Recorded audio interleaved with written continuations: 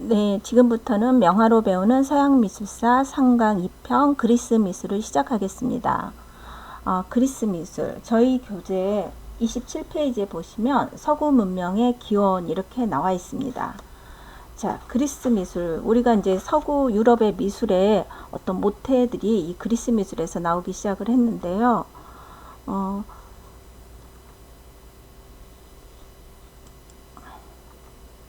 그리스 미술은 일단 그리스는 북방에서 그리스 본토로 이동해온 도리아인들이 선주민족을 정복하고 이들 문화에 이집트 문화의 영향을 더하여 서구 문화의 모체인 눈부신 그리스 문화를 만들었다. 초창기에 이제 모든 그리스 미술은 뭐 이집트 문화뿐만 아니라 근동에 있던 동방의 문화들을 많이 이제 흡수를 합니다. 그래서 이제 지금 서구 유럽의 문명의 기초들을 다 이제 그리스 시대의 미술 문화, 그다음에 예술 문화가 만들어졌습니다. 그리스 초기에는 이집트처럼 형태를 중시하는 개념적인 작품들이 나왔었는데요. 하지만 그리스인들의 삶의 방식에는 인간을 중심으로 사고하는 인간 중심적 사고가 이제 발달이 됐었습니다. 그러한 이제 그 사고가 발달된 형태가 민주정치로 이제 이어졌고요. 또 이제 플라타고스라는 철학자의 얘기처럼 이제 그리스는 인간은 만물의 척도다라고 얘기를 했습니다. 그래서 그리스는 이성적이고 지적인 예술이 사회 분위기의 전반에 펼쳐져 있었습니다. 그리스 예술의 가장 중요한 주제가 무엇이냐 했을 때는 인체입니다. 그래서 그리스는 건축도 그러고요. 모든 비례의 기본에 인체를 놓고 인체 뭐 발의 길이를 놓고 한다든가 뭐 얼굴의 형태 이런 것들도 다 가장 아름다운 인체를 놓고 그 기준을 삼았습니다.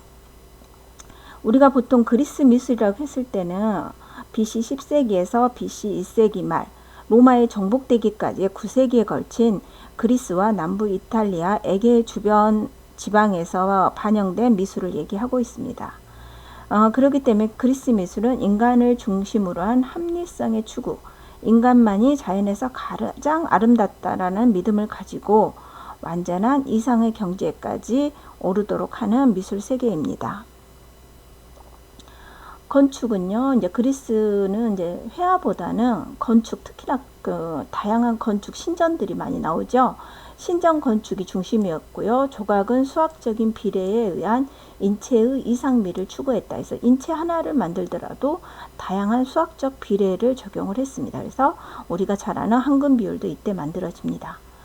콘트라포스트. 우리가 이제 이집트 미술이 굉장히 정적인 미술이었다면은 그리스 미술부터는 약간 동적인 미술로 이어집니다. 이 콘트라포스트는 폴리클레이스토스라는 유명한 그리스 미술가가 만들어낸 어떤 이제 형태인데요. 움직임이 나오기 시작하는 형태를 말합니다. 그리스에서는 이걸 시메트리아라고 불렀습니다. 그래서 우리는 그리스 미술을 서양 미술의 근원이다라고 부르고 있습니다. 지금 저희가 배우고 있는 서양화의 기본 기법, 아카데믹한 기법도 이 그리스 미술에서 나왔습니다. 그리스 미술의 가장 큰 특징은 이상미, 조화미, 균형미라고 볼 수 있습니다. 그리고 그 중심에는 인간이 중심에 있었습니다.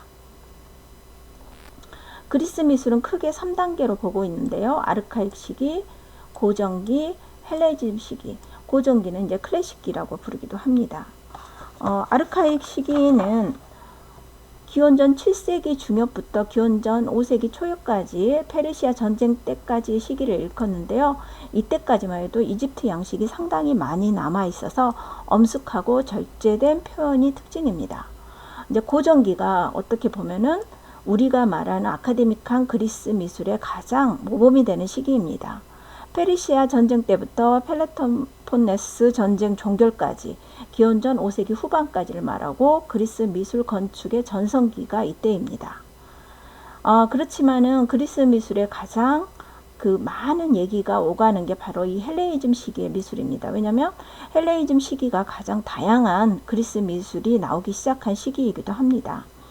알렉산더 대왕이 이제 동방화를 이루는 시기부터 아우구스투스까지의 동방화 시기, 이때의 시기를 헬레니즘 미술 시기라고 부르는데, 기원전 4세기에서 기원전 1세기까지 이 시기의 미술은 기존에 있었던 균형미나 조화미, 세련미 이런 것들보다는 좀 더 격렬한 어떤 드라마틱한 인상을 남기는 작품들이 이 시기에 많이 제작이 됩니다.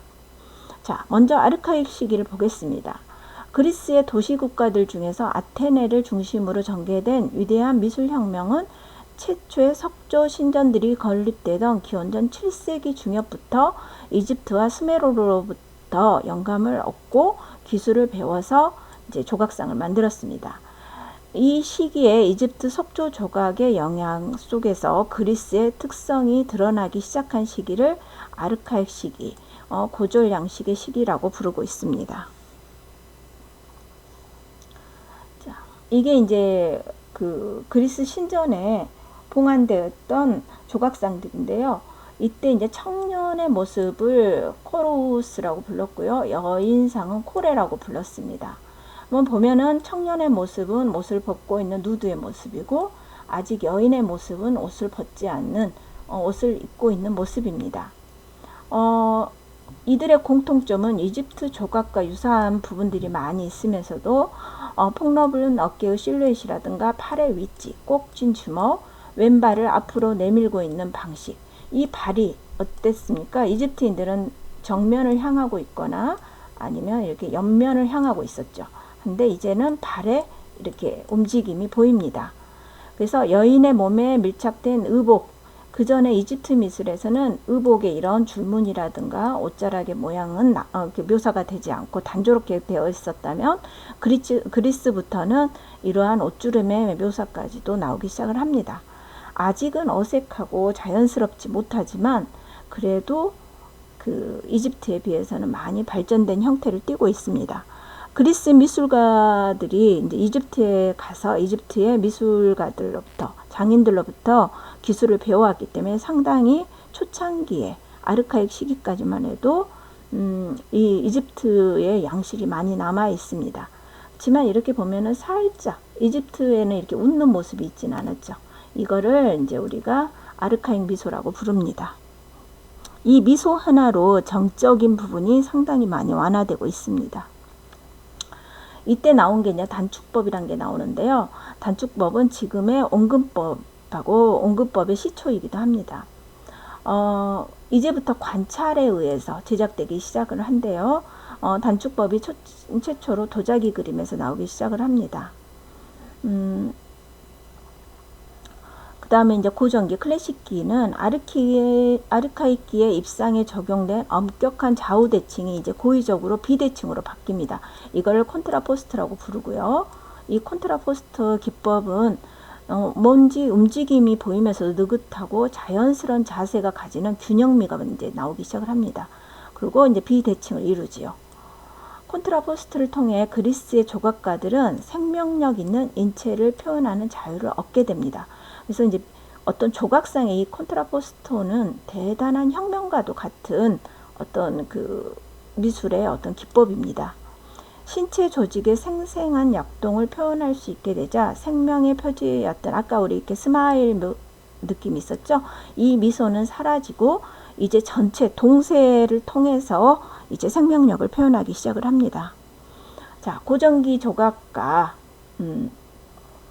폴리클레이토스라는 사람은 카논이라는 책을 씁니다. 이 카논은 여기서 보다시피 이렇게 미술 실기 이론서 같이 인체의 각 부분들의 이상적인 수학적인 비율을 여기서 논하고 있고요. 인물상의 조각에서 동적인 균형, 움직일 때 어떠한 균형에 의해서 신체의 이완된 부분과 긴장된 부분 사이의 균형에 대해서 얘기합니다. 그 다음에 움직임의 방향, 일종의 이제 이런 기울기 같은 얘기도 나오기 시작을 합니다. 그래서 이제 이런 그 기울기라든가 이런 거에 대한 실기 이론적 개념이 바로 이 카논에 쓰여져 있는데요. 이 카논은 오랫동안 그 서양 미술의 근본 이론 서적으로 활용이 됩니다. 자, 여기 보시면 다리의 움직임이 보이실 겁니다. 아까 우리 아르카이키까지만 해도 이렇게 움직임이 나온다든가 다리가 구부린 형태는 나오지 않았습니다. 팔도 마찬가지고요. 자, 음반 던지는 사람. 이제 그리스 시대 조각품들은 대부분 없어지고 대부분 로마 시대의 모방작으로 지금 현재 저희가 만나볼 수 있습니다. 이제는 훨씬 더 동세가 강렬해졌습니다. 그러면서도 뭔가 균형감이 느껴지죠. 이제 이 조각의 기본적인 틀이 지금 현대 그 어떤 다양한 아카데믹한 조각 이론의 근본을 이루고 있습니다. 자, 최초의 여성 누드상. 크니도스의 비너스라고 부르는 프락시텔레스가 만든 아프로디테의 모습입니다. 아까 우리가 봤다시피 코레까지만 해도 여성은 옷을 입고 있었고 남성은 옷을 벗고 있었습니다. 그리스인들에게 아름다움이라는 건 젊은 청년, 미소년까지는 아니고 청년의 모습이 가장 아름다운 육신, 그 다음에 아름다움의 모습이었습니다. 그렇지만 이제부터는 여인의 몸도 아름다운 몸으로 이렇게 변신을 합니다. 여기 콘트라포스트도 보이고요. 이렇게 최초의 여성 누드도 제작이 되고요. 그러면서 이제 헬레니즘 시기로 넘어가면서 고전기 조각과 구분되는 물리적 특징의 하나는 이제 큰 신전만이 아닌 귀족들의 분묘에도 이제 헬레니즘 시기에 이제 조각품들이 나오기 시작을 합니다. 정서적으로나 육체적으로 비고전적인 격렬함, 극적 표현이 뚜렷이 존재하며 그것은 긴장된 움직임과 열정적인 얼굴 표정으로 전달하고 있습니다. 이제 얼굴 표정이라는 게 나오기 시작을 합니다. 아까까지만 해도 단순히 웃는 모습만 나오는 게 아니라 이제 찡그린 모습도 나오기 시작을 하고요. 힘든 모습 이런 것들이 나오기 시작을 합니다. 자, 그 대표적인 작품 라오콘상입니다. 바티칸 미술관에서 제가 직접 찍은 사진입니다. 여기 보시면 라오콘 사제의 모습인데 여기 보면은 두 아들이 큰 뱀에 물려 죽는 모습입니다. 아버지로서 얼마나 고통스럽습니까? 고전기까지만 해도 이 고통의 모습이 인간의 고통의 모습이 아닌 뭔가 그 신의 모습, 뭔가 그 차원을 달리한 모습으로 묘사가 됐다면 이제부터는 이 찡그린 이마의 어떤 주름까지도 다 표현하고 고통받는 모습, 조각이지만 회화의 표현 같은 느낌이 나오기 시작을 합니다. 여기 보면은 몸의 근육들의 움직임까지 꼭 살아서 움직이는 듯한 느낌이 나오기 시작을 합니다. 이것도 제가 루브르 박물관 가서 직접 찍은 사진입니다. 시모트라케의 니케는 지금 저희 라이키의 어원이죠. 승리의 여신. 이 니케, 여기 천사의 날개도 있고요. 바람을 날리는 듯한 이 옷주름. 처음에는 이렇게 뱀머리가, 지금은 이게 2013년부터 복원이 돼서 뱀머리가 나왔는데요. 처음에 이제 루브르의 제가 1996년에 갔을 때는 이 뱀머리는 없었습니다. 일단 2014년부터 이제 니케 여신상이 이제 이렇게 뱀머리 위에 올라탄 모습이다 해서 이렇게 복원이 됐습니다. 바로 그 근처에 있는 밀러의 비너스. 저희가 알고 있는 비너스는 바로 이 모습이죠. 그래서 대부분 비너스상 하면 저희는 이렇게 이제 이런 모습을 떠오르고 있습니다. 다음은 건축입니다. 건축에도 고전기 양식이 있고요. 그 다음에 이제 헬레니즘 양식 등이 있습니다. 그리스의 이런 양식들을 보시면요. 이렇게 그리스의 양식은 이제 기둥 모습을 가지고 많이 이제 그 양식을 이해를 하는데요. 지금 파르테논 신전 같은 경우는 아테네의 수호신인 아테나 여신을 모시고 있는 곳입니다. 가장 단순하고 정중한 느낌이고 남성적인 느낌을 가지고 있는 이제 신전이죠. 우리나라 베을린 기둥, 우리나라에서는 이렇게 배가 좀 볼록한, 그러니까 인간이 봤을 때 이게 직선이었을 때는 오히려 이게 휘어지게 보인답니다. 그래서 가운데 부분을 이렇게 볼록하게 표현하면 우리 인간의 시선에서는 이걸 직선으로 느낀다고 합니다. 이게 이제 착시 교정 기법 중에 하나인데요. 그리스 신전 건축은 형태미를 중요시하였기 때문에 이상적인 건축 형태의 표현을 위해 착시 현상을 위해 교정하는 이러한 기법들을 썼습니다. 수직의 평행선인 경우 중앙부가 오목해 보이는 착시 현상이 발생하기 때문에 이러한 이제 베을린 기법을 썼지요. 그 다음에 여기 이렇게 이제 박봉의 모습. 이제 요게 지금 유네스코 마크로 사용되고 있습니다. 파르테논 신전의 모습이. 유네스코로 사용되는 파르테논 신전은 유네스코 문화유산 제1호이기도 합니다. 자, 이곳에 모셔져 있는 신 아테나를 한번 살펴보겠습니다. 이것도 제가 이제 메트로폴리탄 입구에 있는 아테나 여신을 제가 찍어 온 거고, 이제 이거는 일반적인 아테나 여신, 투구슨 아테나 여신의 모습입니다. 아테나 여신은 지혜, 전쟁, 직물, 요리, 도기, 문명의 여신을 상징하고 있고요. 로마 신화에서는 미네르바라는 이름으로 사용되고 있습니다. 그래서 미네르바의 상징이 올빼미이죠. 투구, 갑옷, 창, 방패, 올빼미, 뱀이 그녀의 상징물입니다. 다음은 이제 이오니아 양식입니다.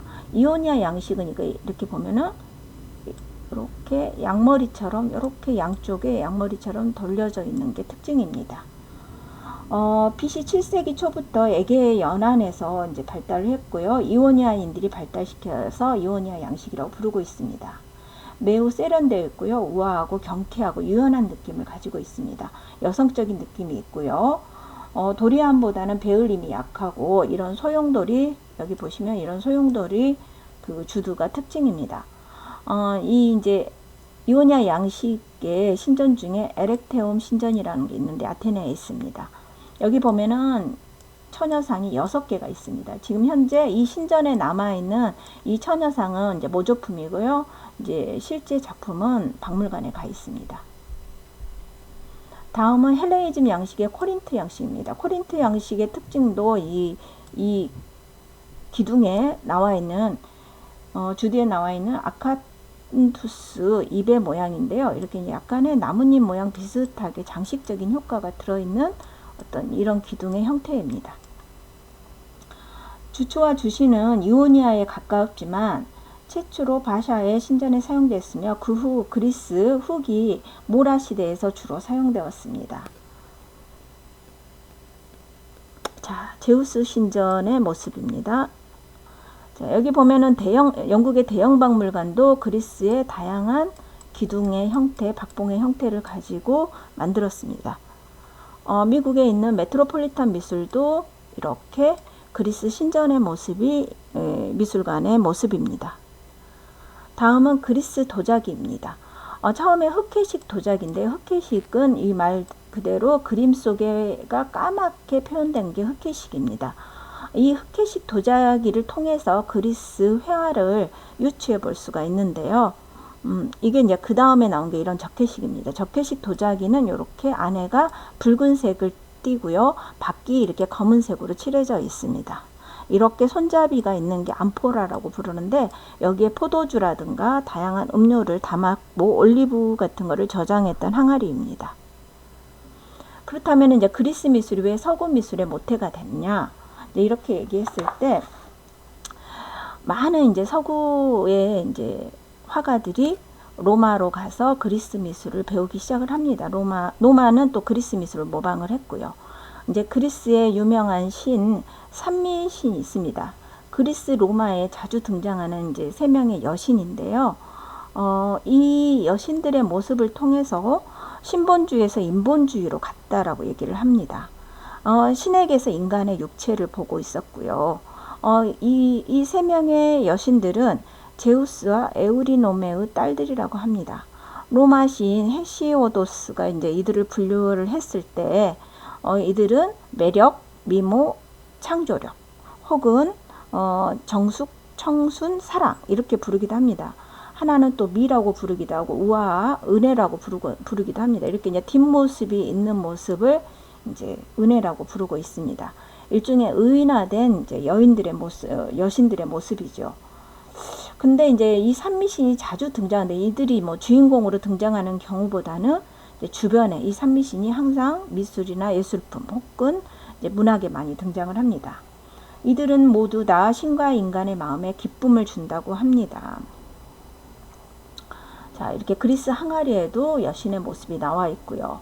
그 다음에 이제 우리 다음 시간에 배울 르네상스의 이제 화가 보티첼리의 프리마베라, 여기에도 산미신이 이렇게 등장을 합니다.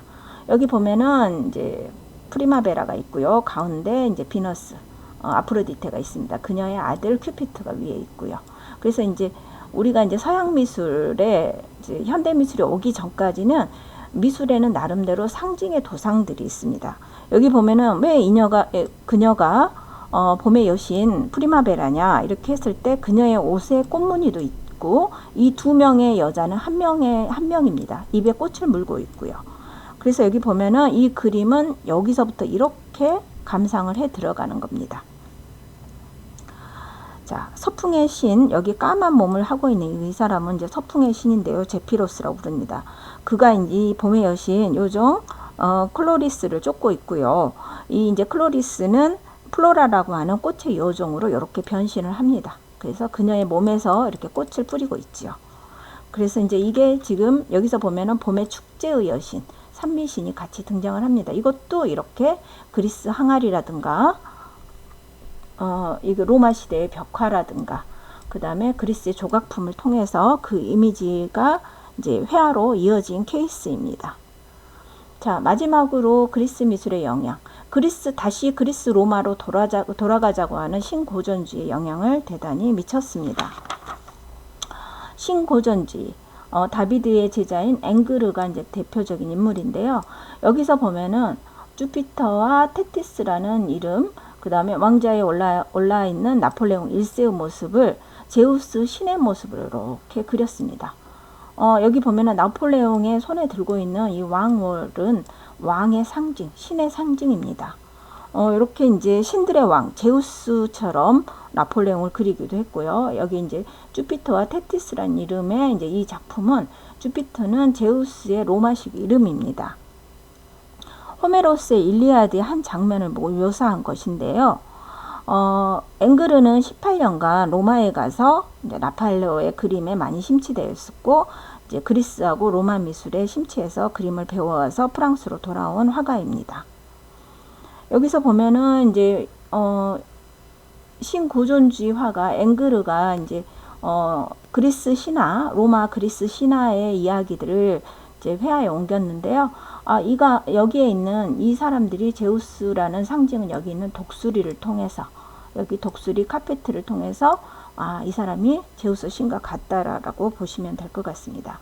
이렇게 이제 그리스 미술에 대해서 이제 모방하는 신고전주의까지 배웠는데요. 다음 시간에는 이제 이랬던 찬란했던 그리스 문화가 이제 로마에서 이제 멸망을 하고 로마 미술이 이제 다시 기독교를 받아들이면서 중세 미술로 이어집니다. 그리고 다시 이제 그리스 로마 시대의 어떤 미술의 형태를 다시 복귀하는 르네상스 시대 미술로 이어지는데요. 이렇게 해서 이제 오늘 이 시간까지는 이제 그리스 미술을 배웠고요.